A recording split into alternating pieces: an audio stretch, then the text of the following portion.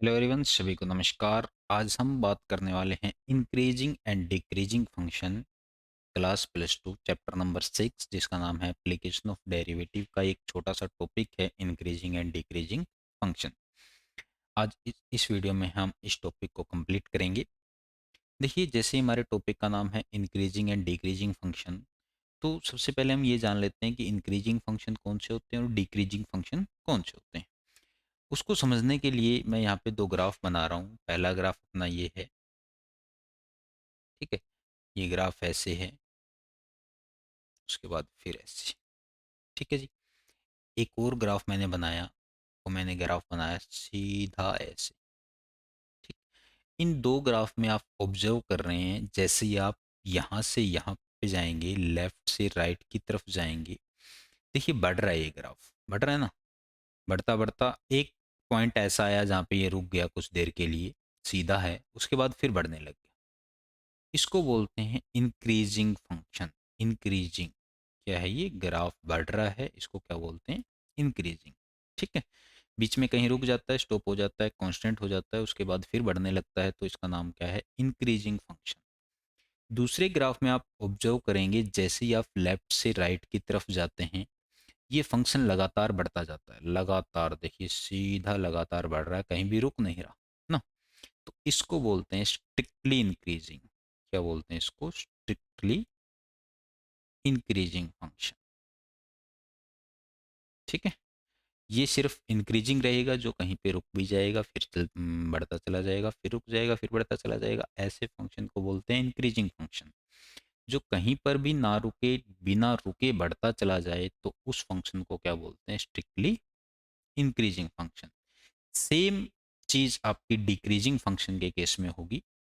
जैसे ये अपना ग्राफ है, मैं यहाँ पे ग्राफ ड्रॉ कर रहा हूँ।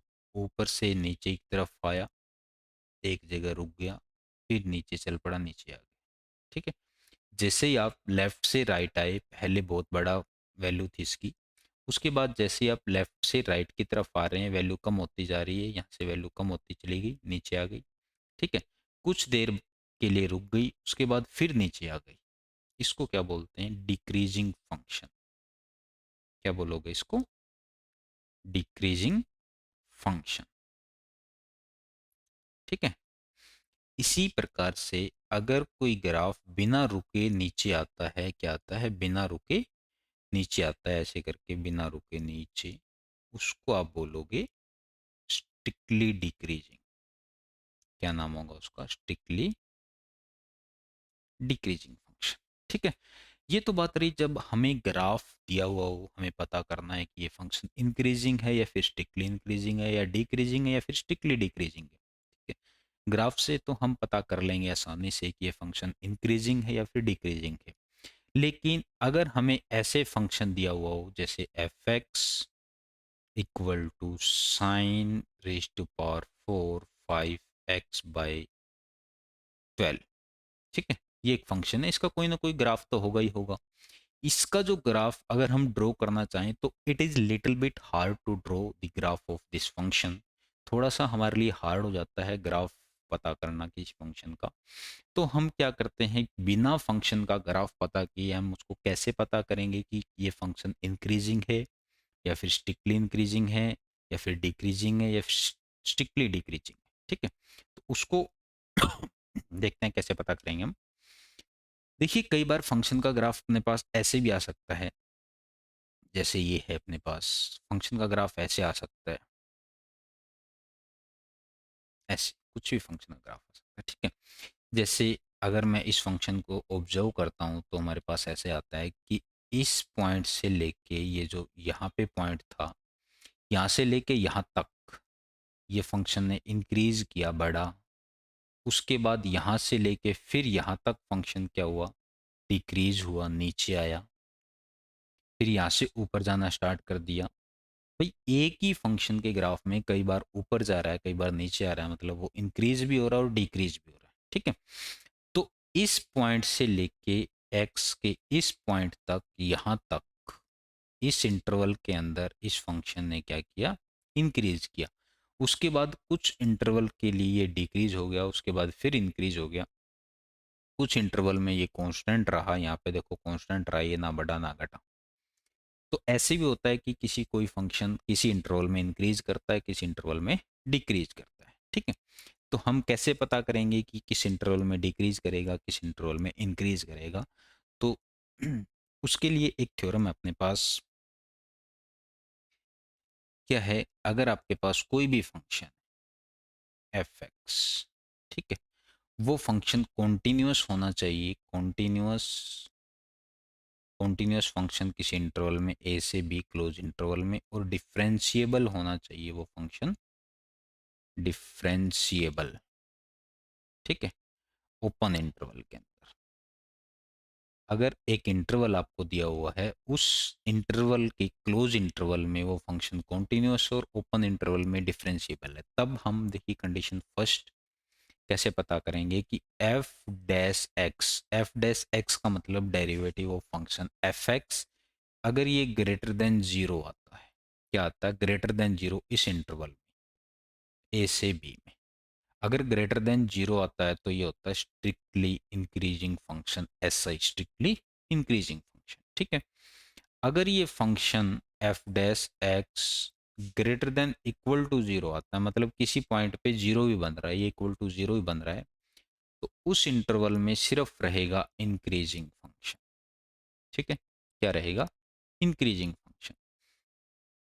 और अगर एफ डैश एक्स सिर्फ नेगेटिव आता है, नेगेटिव, इस इंटरवल के अंदर इसकी वैल्यू क्या आती है? नेगेटिव, तो ये फंक्शन डिक्रीज, स्ट्रिक्टली डिक्रीजिंग रहेगा, एच डी, स्ट्रिक्टली डिक्रीजिंग। अगर इस फंक्शन के डेरिवेटिव की value less than equal to zero आ जाती है, मतलब लेस देन भी हो और इक्वल टू जीरो भी हो किसी पॉइंट पे, उस केस के अंदर ये फंक्शन क्या रहेगा? सिर्फ डिक्रीजिंग रहेगा, ठीक है। एक एग्जांपल लेके मैं आपको समझाने की कोशिश करता हूं।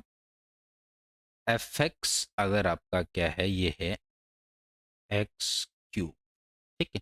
इंटरवल अपना है -1 से लेके 1 तक। भाई इस इंटरवल में ये फंक्शन बताइए इंक्रीज करेगा या डिक्रीज करेगा? तो हमने क्या करना है? एफ डैश एक्स डेरिवेटिव निकालना है। डेरिवेटिव निकालोगे तो 3x² आएगा, ठीक है। अब डेरिवेटिव के अंदर देखिए इसकी, इस इंटरवल में की वैल्यू पुट करनी है आपने, -1 से लेके 1 के बीच के नंबर पुट करने हैं, इसका आंसर ऑब्जर्व करना, पॉजिटिव आ रहा है, नेगेटिव आ रहा है, क्या आ रहा है। देखिए क्या है, ये x² है, ये अपना क्या है? x², ठीक है। x² है, और स्क्वेयर किसी भी नंबर का स्क्वेयर पॉजिटिव रहता है, किसी भी नंबर का स्क्वेयर पॉजिटिव रहता है, ठीक है।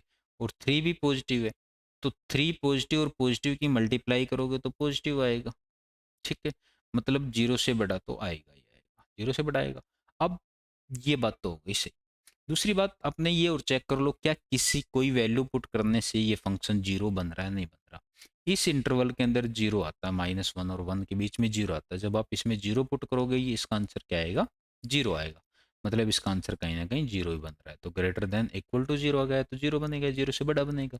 Greater than equal to zero, F dash X अगर आपका greater than equal to zero आता है, तो वो किस चीज़ की कंडीशन होती है? वो हमारी कंडीशन होती है किसकी? इंक्रीजिंग की। तो ये फंक्शन कैसा आपका? इंक्रीजिंग फंक्शन, ठीक है। फंक्शन कैसा है? इंक्रीजिंग फंक्शन है। ऐसे ही आप चेक कर सकते हैं, कोई भी इंटरवल हो, ये फंक्शन इंक्रीजिंग है या डिक्रीजिंग है, ठीक है। ठीक। तो ऐसे ही एक दो एग्जांपल और हम डिस्कस कर लेते हैं किसी फंक्शन के। देखिए एक एग्जांपल अपने पास ये है, f x is equal to 4x³ -18x² plus 27x और उसके बाद -7। इसको चेक करना आपने, इसने इंटरवल नहीं दिया हुआ, इसने बोल रहा है इसको चेक कीजिए इंक्रीजिंग है डिक्रीजिंग, इंटरवल नहीं दे रखा इसने, ठीक है। तो देखते हैं क्या इसका रिजल्ट आता है। सबसे पहले हमें डेरिवेटिव निकालना है f dash x. F dash X अगर मैं कैलकुलेट करता हूं तो क्या आता है? 4 एज इट इज, x³ का derivative 3x² -18 as it is, x² का डेरिवेटिव 2x प्लस 27 और इसका 7 का 0। किया गया। इसको क्या करते हैं? 12 एक्स स्क्र माइनस 18 टू जा 36x प्लस 27। इसमें से अगर मैं 3 कॉमन ले लेता हूँ, 3 कॉमन लेने से क्या आ जाएगा, 4x² माइनस 12x प्लस 9, ये आ गया। ठीक है, तो इसको अगर आप ऑब्जर्व करोगे ध्यान से तो ये बन जाता अपना 3, ये बन जाएगा 2x माइनस 3 का होल स्क्वायर। ठीक है, 2x माइनस 3 का होल स्क्वायर, ये बन जाएगा ना। ठीक है जी, उसके बाद ये पता करो पॉजिटिव रहेगा नेगेटिव रहेगा क्या रहेगा। देखो कोई भी वैल्यू पुट करो, कोई भी वैल्यू पुट करो, रियल नंबर ले लेते हैं, पूरी की पूरी रियल लाइन, ये तो पॉजिटिव है ही है। ठीक है, और ये भी एक स्क्वायर क्वांटिटी है, पॉजिटिव रहेगी, और ये जीरो भी हो सकता है क्योंकि एक्स की वैल्यू अगर आप यहाँ पे क्या रखोगे, 3/2 रखोगे तो जीरो हो जाएगा ना। तो ये जो आंसर आएगा greater than equal to zero आएगा। Greater than equal to zero means ये फंक्शन कैसा होगा आपका, इंक्रीजिंग फंक्शन होगा, इंक्रीजिंग। ठीक है, ये फंक्शन कैसा होगा, इंक्रीजिंग फंक्शन होगा। इसी प्रकार हम कोई भी फंक्शन हमारे पास गिवन हो या फिर कोई इंटरवल हो, तो हम क्या कर सकते हैं, उस फंक्शन को चेक कर सकते हैं कि उस इंटरवल में वो फंक्शन इंक्रीज करेगा या फिर डिक्रीज करेगा। ठीक है, उस फंक्शन का डेरिवेटिव निकालिए, डेरिवेटिव निकालने के बाद इंटरवल के कुछ पॉइंट पुट कीजिए, अगर वो पॉजिटिव आता है तो strictly increasing, greater than equal to zero आता है तो इंक्रीजिंग, और जैसे वो चार कंडीशन थी वो कंडीशन आप वेरीफाई कर लीजिए कौन सी कंडीशन को सेटिस्फाई करता है, और उसके अकॉर्डिंग आपको पता चल जाएगा कि फंक्शन इंक्रीजिंग है या फिर डिक्रीजिंग है। एक चीज और है, एक एग्जांपल और लेते हैं हम जिसमें हमारा ट्रिग्नोमेट्रिक फंक्शन इंक्लूड हो, जैसे x प्लस साइन एक्स। ठीक है, इसने इंटरवल भी नहीं, इसने इंटरवल भी नहीं दिया हुआ, इसने पूरी की पूरी रियल पे चेक करना है। ठीक, तो देखिए एफ डैश एक्स, एक्स का डेरिवेटिव 1 प्लस साइन का कोस एक्स।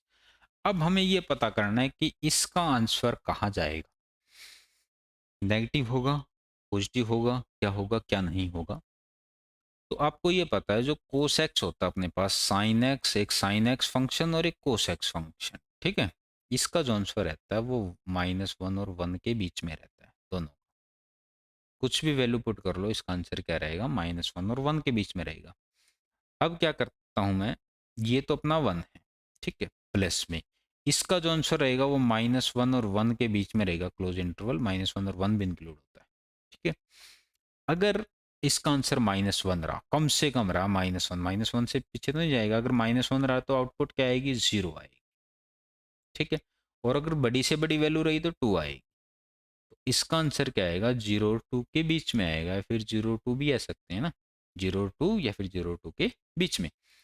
तो इसका जो आंसर आया 0 2 के बीच में, तो वो है क्या, greater than equal to zero ही तो है, या तो जीरो है या फिर जीरो से बड़ा है। ठीक है, तो greater than equal to zero तो कौन सा फंक्शन है, इंक्रीजिंग फंक्शन। ठीक, ऐसे आप किसी भी फंक्शन को चेक कर सकते हो क्या वो इंक्रीजिंग है या फिर डिक्रीजिंग। उसके बाद एक टाइप के और क्वेश्चन आते हैं इसमें, how to find out the interval of a function in which it will increase और डिक्रीज। एक फंक्शन आपको दिया हुआ होगा और ये पूछेगा कि इंटरवल निकालिए जिस इंटरवल में ये फंक्शन इंक्रीज कर रहा हो या फिर डिक्रीज कर रहा हो। कई बार पूछ लेगा इंक्रीजिंग वाले इंटरवल निकाल के बताओ किस इंटरवल में, किन किन इंटरवल में ये फंक्शन इंक्रीज करेगा। कई बार ये बोल देगा कि वो इंटरवल निकालिए जिसमें ये डिक्रीज करेगा, या फिर कई बार दोनों ही पूछ लेगा कि वो इंटरवल निकालिए जिसमें ये फंक्शन इंक्रीज करेगा और डिक्रीज करेगा, दोनों इंटरवल आप निकाल के बताइए। तो उसका वर्किंग रूल अपने पास क्या है, उसका आप क्या कैसे करोगे, इसका मैं वर्किंग रूल बता रहा हूँ आपको कैसे करने होते हैं, इंटरवल कैसे निकालने हैं हमें। आपको क्या मिलेगा, एफ एक्स मिलेगा। ठीक है, एफ एक्स मिलेगा, गिवन मिलेगा। सेकंड पॉइंट क्या है, आपने क्या फाइंड आउट करना है, find F dash x. F dash x निकाल लीजिए, डेरिवेटिव निकाल लीजिए, डेरिवेटिव निकाल लिया। डेरिवेटिव निकालने के बाद थर्ड पॉइंट स्टेप आपने क्या करना है, डेरिवेटिव को इक्वल टू जीरो पुट करना है। ठीक है, इक्वल टू जीरो, यहाँ से x की वैल्यू निकालनी है। x की value suppose A B C कितनी भी आ सकती हैं, 2 3 4 5, मिनिमम एक भी आ सकती है, दो भी आ सकती है, तीन भी आ सकती है, ज़्यादा से ज़्यादा चार वैल्यू आ जाएगी, चार से ज़्यादा नहीं आएगी। ठीक है, 4 से ज़्यादा आपके लेवल में नहीं आएगी, वरना वैल्यू तो कितनी भी आ सकती है, जो आपका 12th क्लास का लेवल है उसमें 3 या 4 वैल्यू आ सकती हैं, 1 2 3 4 4 वैल्यू तक मैक्सिमम आ सकती हैं। ठीक, ए बी सी। उसके बाद क्या करना है, मान लो ए बी सी 3 पॉइंट आ गए, ये हमारी रियल लाइन। ठीक है, इस पे हम A B C 3 point denote करेंगे जहां जहां ये लाई करेंगे। ये अपना माइनस इनफाइनाइट है, ये अपना प्लस इनफाइनाइट। ठीक है जी। तो ये जो रियल लाइन है वो 4 इंटरवल में डिवाइड हो जाती है। एक तो माइनस इनफाइनाइट से ए, एक आपका ए से बी, एक आपका बी से सी, और एक आपका सी से लेके इनफाइनाइट तक 4 इंटरवल में डिवाइड होगी। देखो, एक तो इंटरवल ये, एक ये, फिर एक ये, और एक ये, 4 इंटरवल में डिवाइड होगी। अब क्या करना आपने, एफ डैश एक्स तो आपने निकाल रखा है, इस इंटरवल का एक पॉइंट उठाना है, इसमें पुट करना है एफ डैश एक्स में, रफ साइड में चेक कर लेना। ठीक है, एफ डैश एक्स में इस इंटरवल का एक पॉइंट उठाना है, इसमें पुट करना है, आपने चेक करना है इसका आंसर पॉजिटिव आ रहा है, जीरो आ रहा है, ग्रेटर देन जीरो आ रहा है, वो जो हमने पहले किया हुआ था वही काम कर लेंगे। उसके बाद इंटरवल तो 4 आ गए। अब आपने ये चेक करना है किस इंटरवल में इंक्रीज कर रहा है और डिक्रीज कर रहा है, तो एक दो पॉइंट पुट करके देख लेंगे, ग्रेटर देन इक्वल आ ग्रेटर देन जीरो आ रहा है, इक्वल टू जीरो आ रहा है, कैसे क्या आ रहा है, उसके हिसाब से हम ये बता सकते हैं कि फंक्शन इंक्रीज करेगा या डिक्रीज करेगा। ठीक है, तो सेम इसी इंटरवल के लिए, सेम इसके लिए, सेम इसके लिए। एक एग्जांपल लेता हूँ मैं, उसके बाद बताता हूँ आपको कैसे चेक करेंगे हम। देखिए, अपने पास एक एग्जांपल है, क्वेश्चन ये हमने पास 2x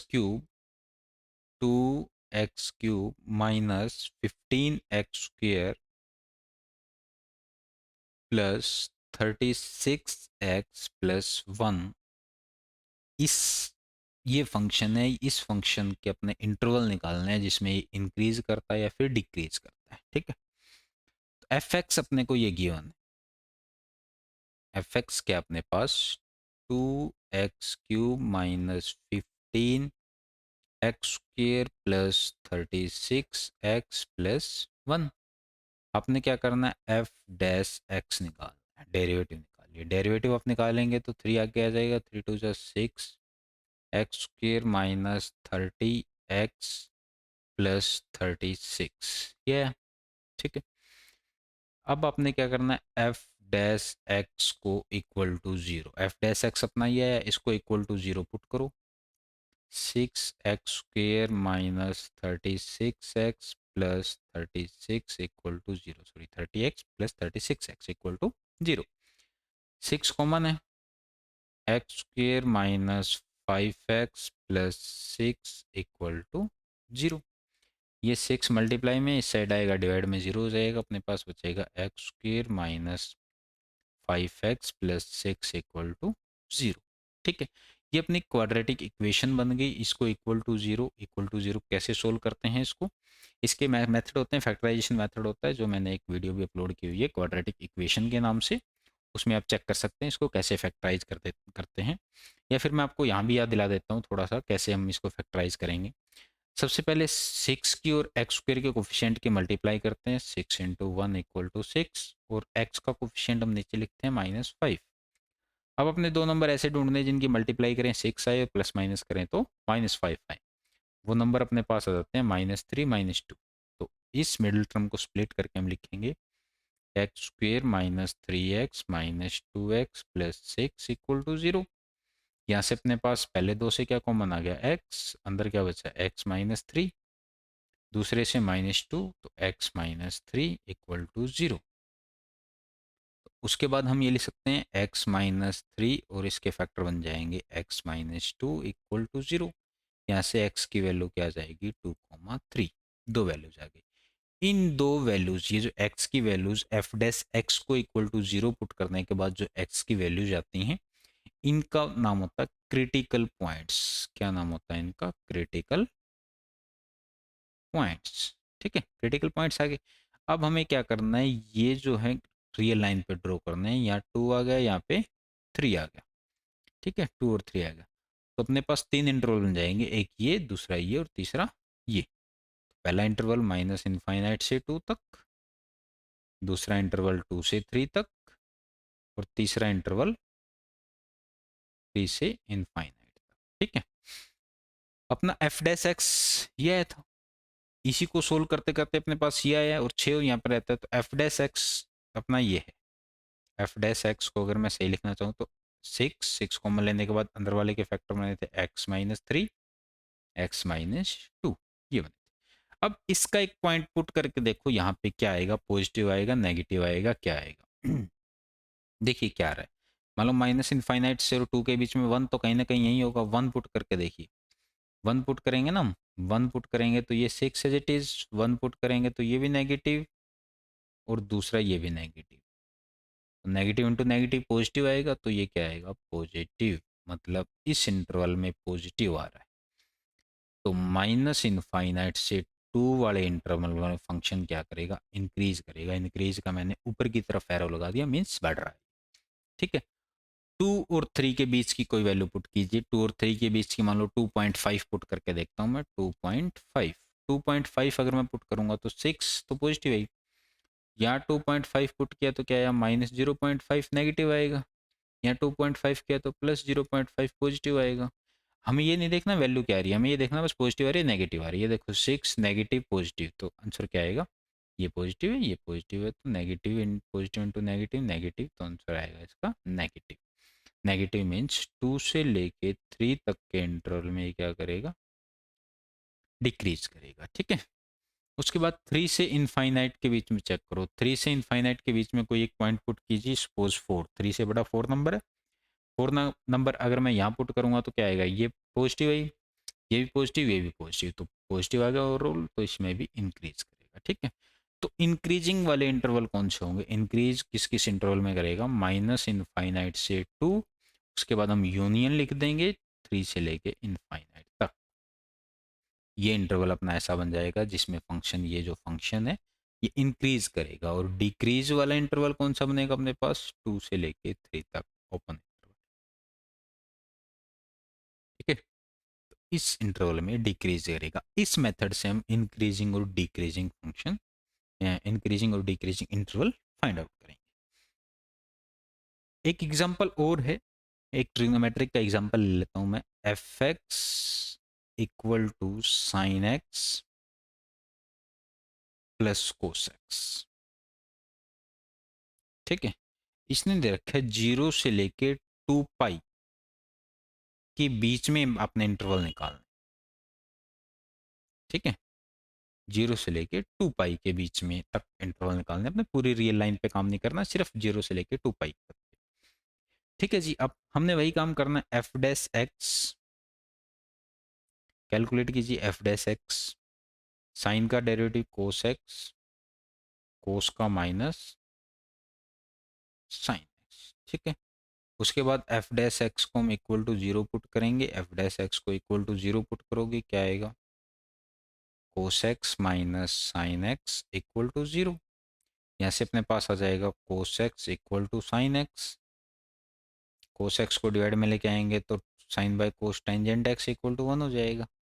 तो tangent x equal to 1, x की वैल्यू कहाँ कहाँ पे वैल्यू 1 रहेगी, 0 से लेके 2 पाई के बीच में, एक तो पाई/4 पे फर्स्ट क्वाड्रेंट में, टेंजेंट एक्स 1 मतलब पॉजिटिव, टेंजेंट एक्स पॉजिटिव कहाँ का होता है, फर्स्ट में और थर्ड में। एक बार पाई/4 को थर्ड में लेके आओगे, पाई प्लस पाई/4 करके तो 5 पाई/4,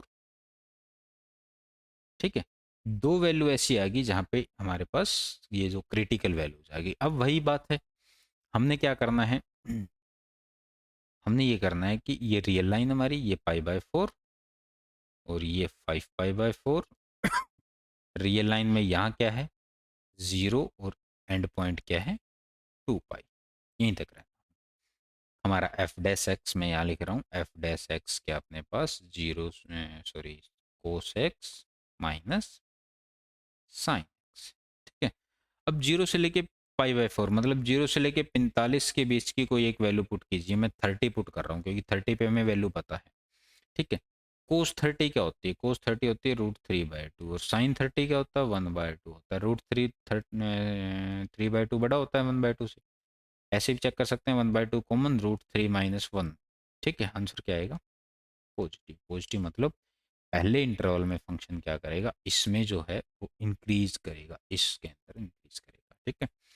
दूसरी है पाई/4 से लेके 5 पाई/4 तक, सॉरी 4 आएगा, 5π/4 तक। 5/4 45, 5π/4 कितना हो जाएगा, 25, 225 डिग्री इन दोनों के बीच की। 90 डिग्री पुट कर लेते हैं, 90 पे वैल्यू पता होता है। कोस 90 कितना होता है, कोस 90 0 होता है ना, और साइन 90 1 होता है। तो 0 - 1 करोगे -1, नेगेटिव नेगेटिव मीन्स इस इंटरवल में ये फंक्शन डिक्रीज करेगा। ठीक है, 5π/4 से लेके 2π, मतलब 225 से लेके ये कितना है 360 के बीच की कोई वैल्यू पुट कर लो, 225 से 360 के बीच की कोई भी वैल्यू, 270 पुट कर लेते हैं, 3π/4 जिसको 3π/2 जिसको बोलते हैं ना, तो उसको पुट करके देखते हैं कितना आएगा। देखो ये बन जाएगा अपना, अगर मैं 3π/2 पुट करूंगा तो कोस 3π/2 माइनस साइन 3π/2, इसको हम ले सकते हैं कोस पाई प्लस π/2, सेम 3π/2 को यहाँ मैं चेंज कर देता हूँ, pi plus π/2, cos pi plus π/2, pi plus means third quadrant, तो ये बन जाएगा माइनस कोस π/2, साइन ये भी माइनस का हो जाएगा, तो माइनस पहले बार पड़ा तो प्लस हो जाएगा साइन π/2।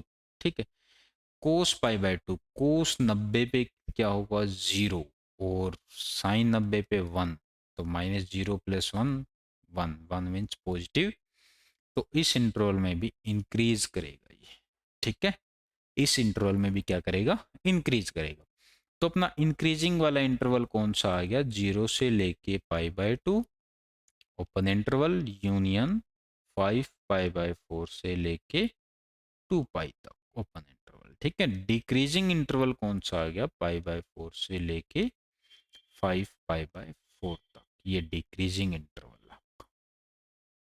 तो ऐसे आप किसी भी फंक्शन के इंक्रीजिंग और डिक्रीजिंग इंटरवल फाइंड आउट कर सकते हैं। ठीक है, तो इंक्रीजिंग और डिक्रीजिंग फंक्शन में इतना ही है बस।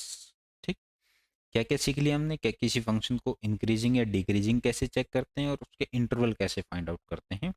नेक्स्ट वीडियो में हम मैक्सिमा और मिनिमा पे बात करेंगे, जो इसका अगला टॉपिक है। ठीक है जी, थैंक यू।